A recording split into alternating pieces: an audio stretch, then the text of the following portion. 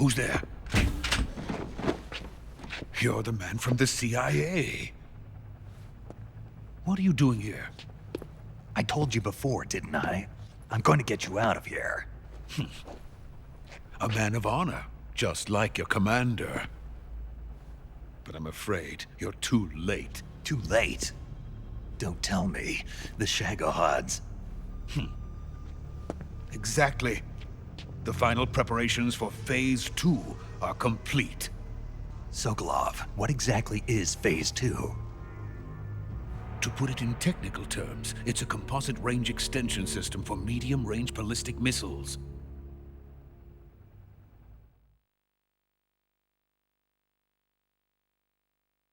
The Shagohod was originally designed as a tank that could launch nuclear missiles from any type of terrain. There was just one problem we couldn't figure out how to solve. The ICBMs we have today are simply too big for the Shagohod to carry. But the military would not hear of it. They demanded a weapon that could launch a nuclear missile directly into the American homeland. That is when I came up with the idea for Phase 2. But there's no way you could load an ICBM onto the Shagohod. So how'd you do it? By accelerating the Shagohod itself. Accelerating it? In Phase 2, a rocket booster unit is attached to the frame of the Shagohod. The unit incorporates the same technology used in the Vostok rocket that sent Major Gagarin into space. Using this booster, the Shagohod can achieve a land speed of over 300 miles per hour. That monster can go more than 300 miles per hour? Yes. And from this state of accelerated motion, it launches a nuclear missile. So, the Shagohod acts like the first stage of a rocket. Yes, precisely. The range of the missile launched by the Shagohod thus increases from 2,500 miles to 6,000 miles. 6,000 miles? That's enough to strike anywhere in the United States. Not only that, with the Shagohod, there's no need to construct giant silos like the ones used to house ICBMs. All you need is a runway about 3 miles in length, or its equivalent. And you can launch a thermonuclear strike against any location in the United States from anywhere in the Soviet Union. It cannot be detected by spy planes or satellites. It's a mobile fortress, capable of deploying in secret and launching its payload at any time. A weapon from hell.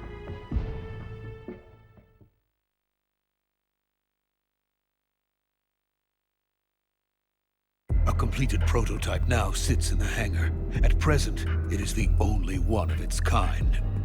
But Volkin is planning to mass-produce them based on that prototype. And deploy them all over the Soviet Union. Yes, and that's not the end of it. He's going to ship them to Eastern Europe, to Asia, to all the countries of the Eastern Bloc. Even worse, he intends to use the Shagohod as bait to foment armed uprisings among dictators, ethnic insurgents, and revolutionary groups throughout the Third World. His funds are nearly limitless. He could start mass production tomorrow if he wanted. The reason that tensions between East and West have settled into a Cold War is because each side fears the other's power. Deterrence. The idea of using threats to keep one's enemy in check is the perfect word to sum up this state of affairs. But the Shagohod goes far beyond the level of threat. It will render the concept of deterrence utterly meaningless. If such a weapon is unleashed on the world, it will not be long before all nations are engulfed in conflict. The Cold War will end, and the entire planet will be consumed by the fires of war. Volkin and the Shagohod will be at the center of it all.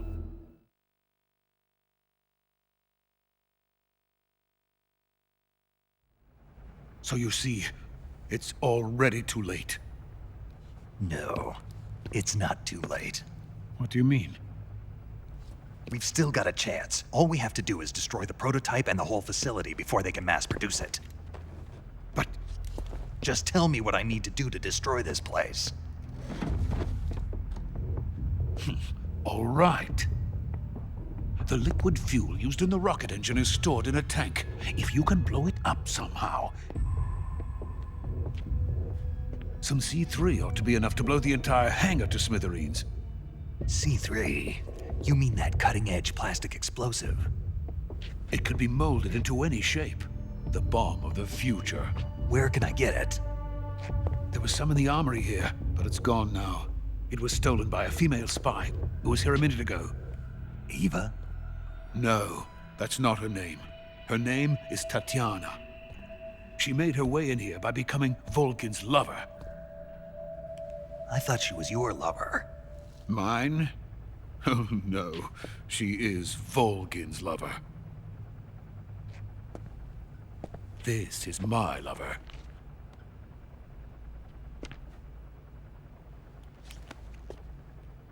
Who are they?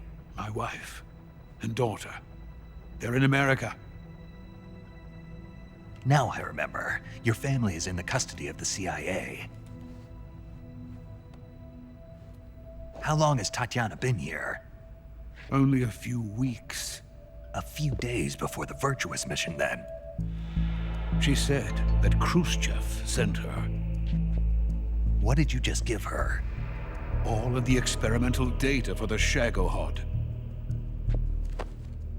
Please, it is essential that you destroy the Shagohod. I will, but first I've got to get you to safety. No. I'm not going. My mission is to rescue you. Leave me. Sokolov! Khrushchev has abandoned me. I cannot return to my country. I would most certainly be sent to the gulags. What about the US? Yes, I once thought of that. My family's waiting for me there. But even if I fled to the United States, I would once again find myself creating weapons of mass murder. In the end, it doesn't matter where I go. I am still a weapons scientist. To be honest with you, I'm tired. Every day I help create things that should never be used, things that should never have existed in the first place. Every day, without sleep. Without a word of praise from others. And my creations do not even benefit mankind. They are merely the tools of politicians. All I wanted to do was build space rockets. But it was not to be.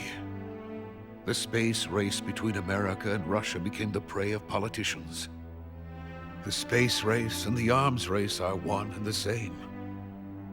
Missiles, rockets, what's the difference? Scientists are always being used. Please, watch over my family.